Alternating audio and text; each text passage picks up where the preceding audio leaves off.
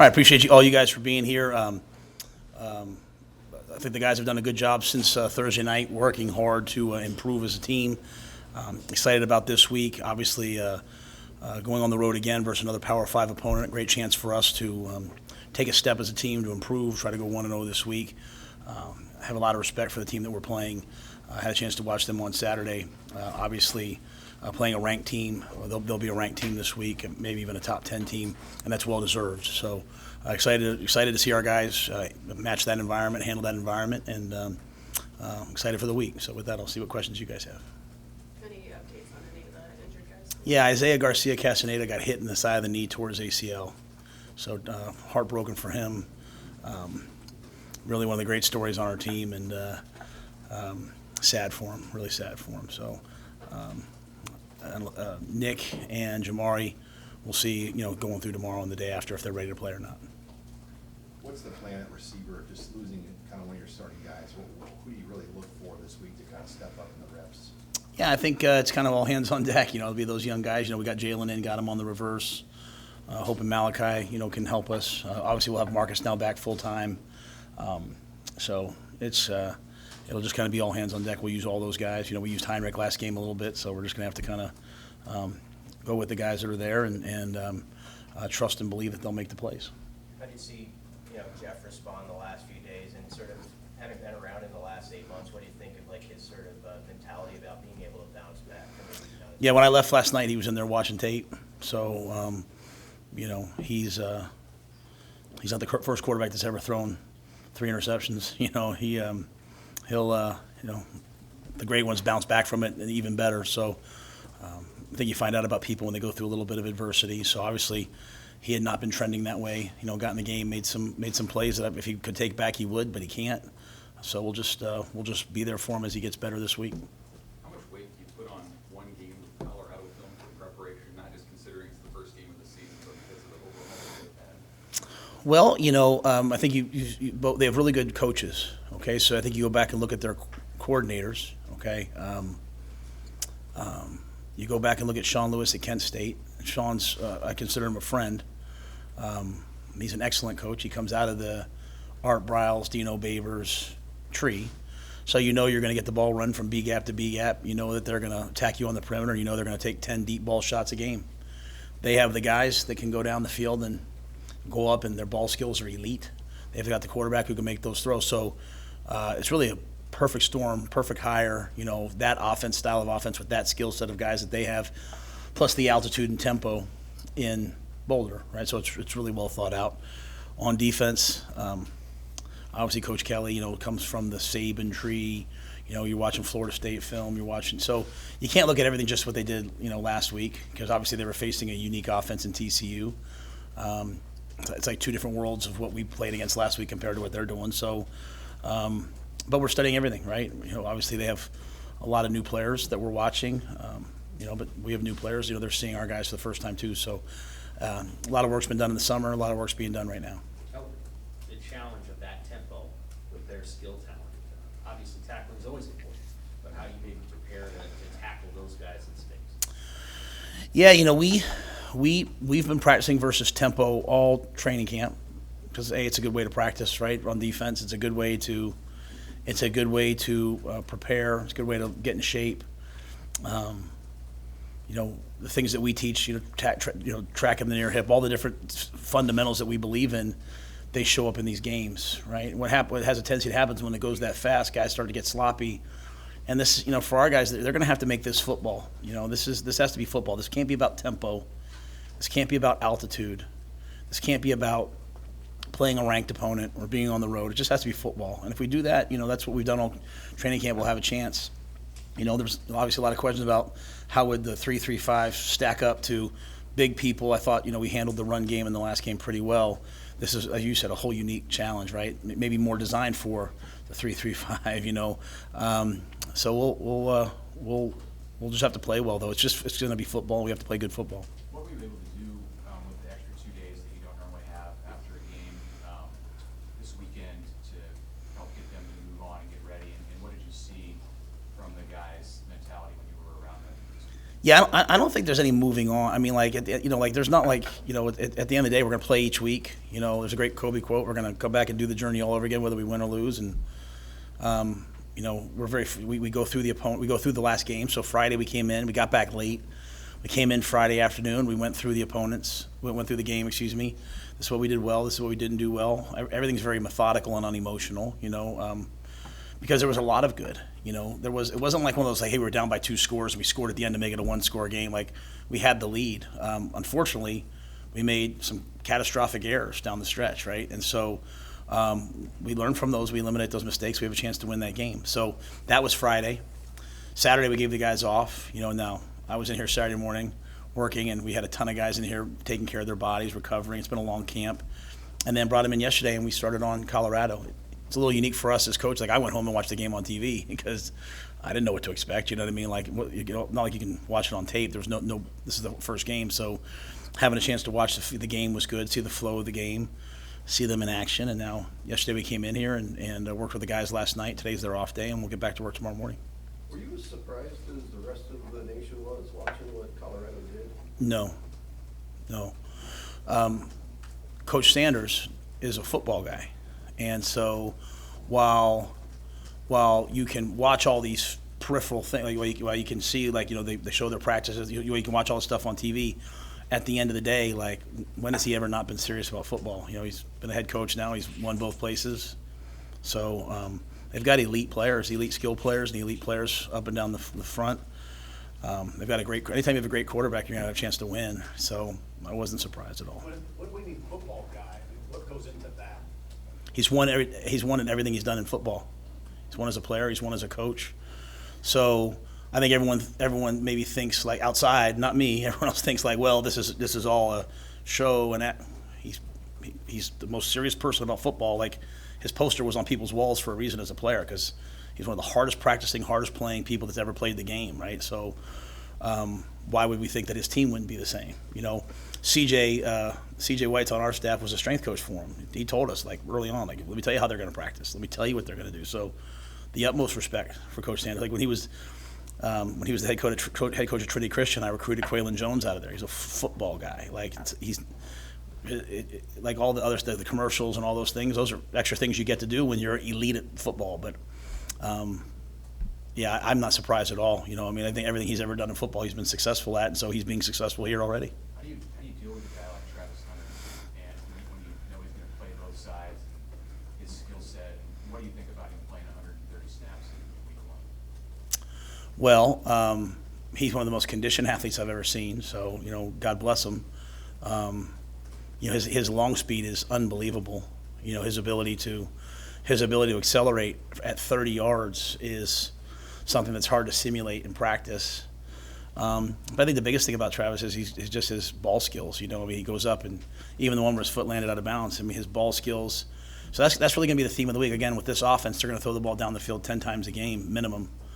You have to play the ball. You know what I'm saying? And he can go up and get the ball. You saw him do it on offense. You saw him do it on defense. He took the ball out of the young man's hands on the flat route in the end zone. It wasn't like he got the ball first. He took it out of his hands. But if you watch them practice all summer on the stuff that they put out, he's got those kind of ball skills. So he's a competitor. You've got an added challenge with Ty out for the first half, but how did you feel about just the other guys who stepped in and you kind of went back and watched the tape and you rotated up front? Yeah, they played well, but Ty was at a different level when he was playing. He got to the quarterback 4 or 5 times. Obviously, unfortunately, we won't have him for the first half. I told him, you're playing every play of the second half when you get back there, so you better rest up. So, but yeah, Ty's level of football, I thought, in the first half, while he was playing was really impressive. But we played a lot of guys. We were able to get some guys in, some guys for 2 or 3, 4 or 5 plays, some guys for more. But we'll need all that versus this tempo. We'll need all that versus this opponent. How pleased were you with the physicality and the tackling you guys played with both on defense and special teams? Yeah, again, I'm a kind of an incrementalist. I'm kind of a process guy. So I can say 2 things and mean them. Like, crushed that we lost the game the way we did for the guys, right? Not for me, for the guys. Upset for them.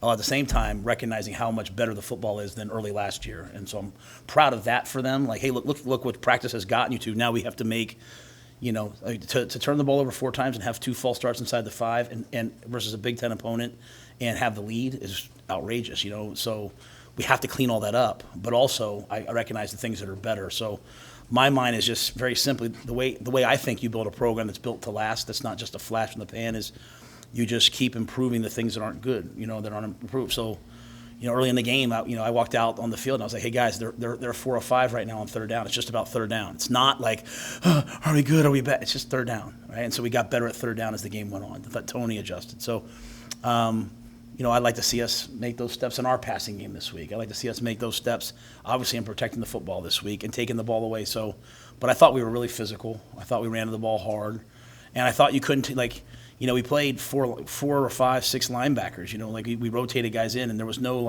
oh, he's in, call it differently, right?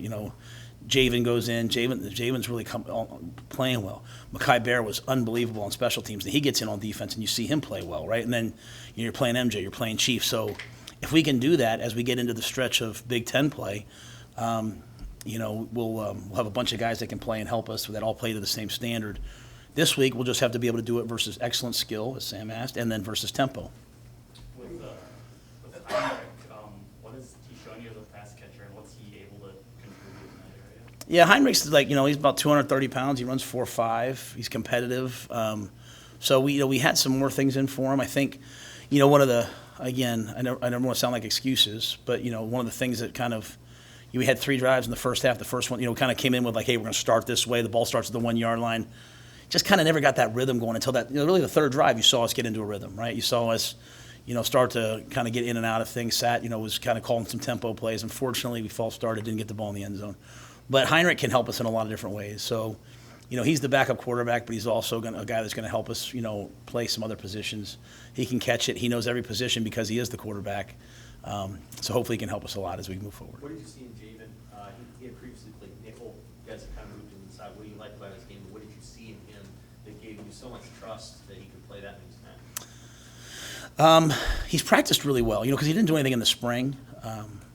His father was here, obviously former Husker legend was here the one day and was talking about he was kind of laughing he thinks he's a corner coach, move him inside, and Javen bought into it. We said right before the spring, hey Javen, we're going to play you, because he was able to do some things at the end of spring.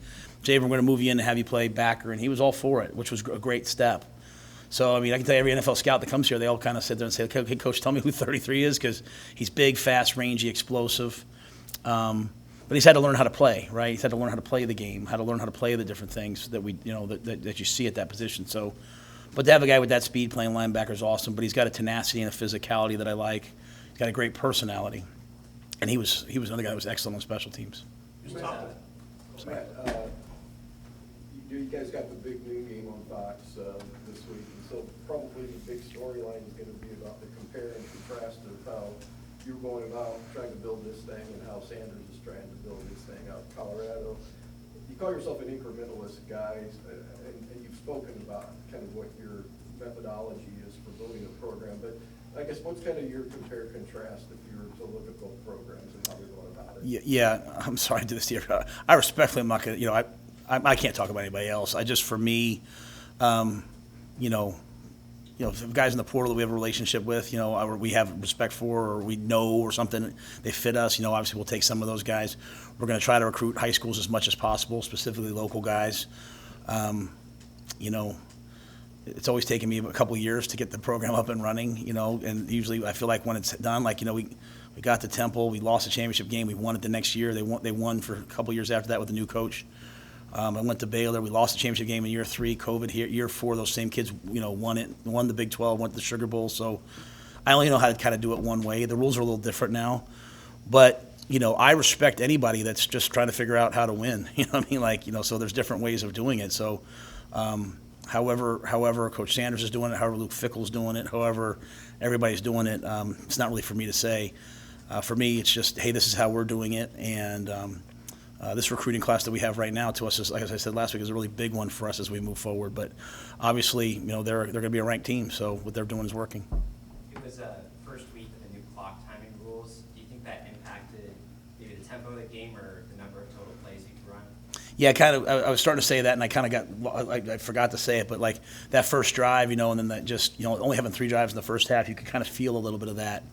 That won't really be a factor this week because I think they're going to snap the ball at, within 8-10 seconds of what we do. I used to go at Baylor. I used to go against Cliff Kingsbury and those guys, so have some experience with guys who like to go this fast.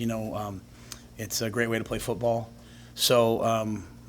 The clock rules last week, you could definitely feel them, right? Just how short the first half was, and it took us a little time, unfortunately, to get in rhythm. What do you, how's Tommy Hill practice? Is he split time between offense and defense? Yeah. Like last week, he was on defense, right? Because he was coming off that injury, so he was on defense and had a couple plays on offense. We really knew that shot that we took to him, we knew that he would get open in that formation. We knew he would run by the guy. We just knew it was going to be there, and it was. We just weren't able to quite connect on it. So that was just kind of a one-off thing. He had another play that we had for him that we were going to have up that we didn't hit. But I think as we move forward, seeing the kind of shape that Tommy's in and the mental, he's a really smart football player, and his mental toughness I really like where he's at. So he's already last night he's asking me like what he can do on offense. So. It'll remain to be seen as they game plan today, but maybe he'll have some other roles on offense. I also like when you go back and watch him play offense last year, he's one of the best blockers. He came in and he was, blocking the heck out of people. Like, you have to be careful now what you're allowed to do, but, he's kind of blocking the way the old Husker wide receivers block. So I'd love to utilize him in the blocking game as well.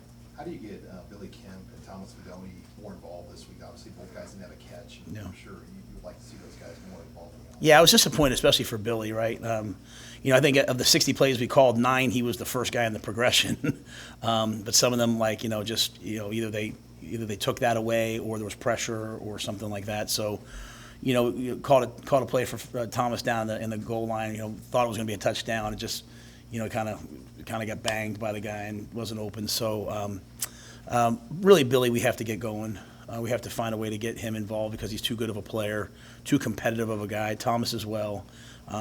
Again, talk about things we want to improve upon. Just I think the overall passing game this week, for us to have a chance versus a team that can score like this, we're going to have to make some more plays. So, we got through the first week. We identified, hey, we need to improve this. Hopefully we can make some strides. After watching the game back, how did the offensive line grade out for you, and how important will that unit be, given the tempo that Colorado plays with, in order to try to sustain reps?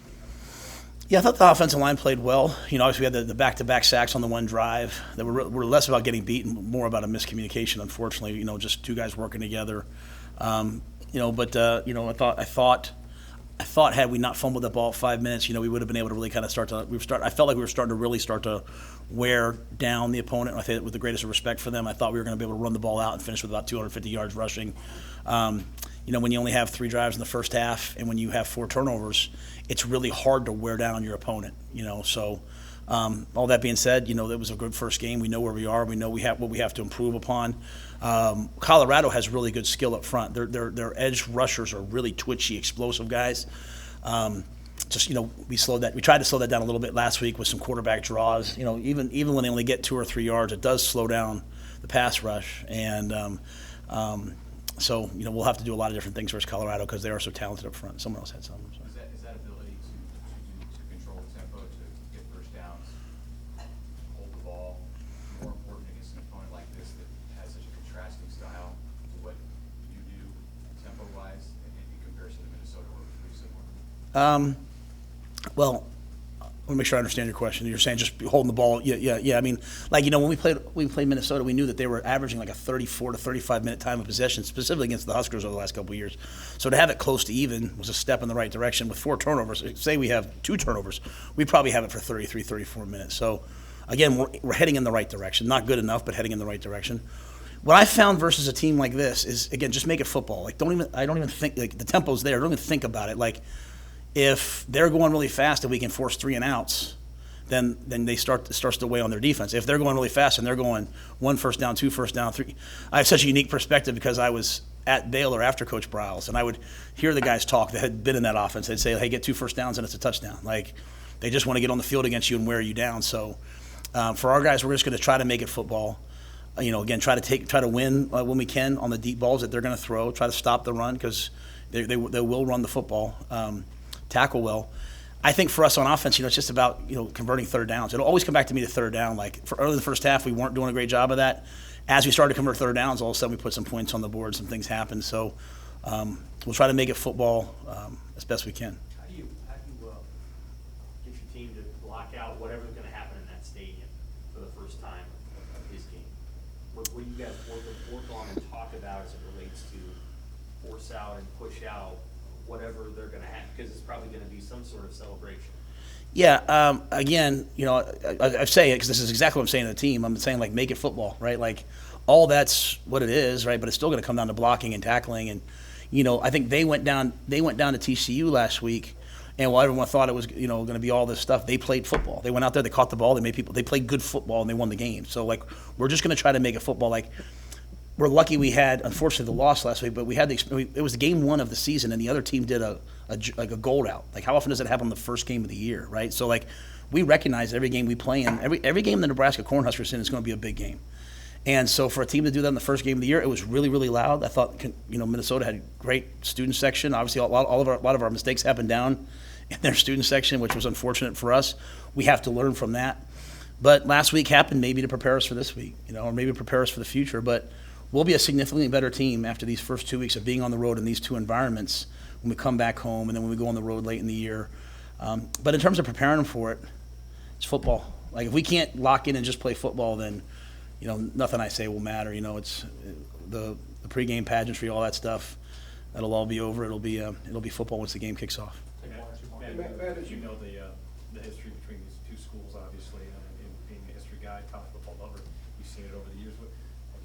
Does it feel different this week? Have people come up to you maybe even before the season about the Colorado game? Certainly on account. Is this a different deal? Yeah, certainly before the year. No one really knows. I'm here all the time, so no, and I there's nothing but cows by where I live, so or not, so I don't think no one really sees me very often right now, just in season. But obviously, I respect that tradition, right, and that history and that legacy. As I was going through the job and looking at the job, and Trev and I were talking, my wife and son and I would sit down and watch on YouTube and watch all the different games, over the years, Coach Osborne, Coach McCartney, Coach Solich, Coach Barnett, all the different games that happened. And so we understand the legacy. So, when you have a legacy behind you, you have to live up to it and you have to build on it for the future. We also recognize, like, once the ball's kicked, we're going to have to play, and we'll have to play for 60 minutes. Anything else, Coach? What did you think their quarterbacks play? I mean, obviously he had a great game. But what did you think of just watching him? Shador? Yeah, I thought he was in complete control. I think there's a lot of freedom probably in that system where he, if a guy's uncovered, he's just going to raise it and throw it out to him. I thought his deep ball accuracy was excellent. I thought his pocket movement was excellent. I thought he played like a guy who's played a lot of football and trusts his receivers. And, you look at it, to have 4 receivers over 100 yards receiving means he doesn't just trust just one player, right? I mean, I think when you look at the game, a lot of game breakers, but the tailback, Edwards really broke the game open with some explosive plays, and so, but he was in command, he was in control, and so we'll have to. Again, it's not like you're just taking away one thing, right? There's 4 receivers had over 100 yards rushing. You have a quarterback who threw for 500 yards. They're going to run the ball. There's a tempo. There's a lot of things.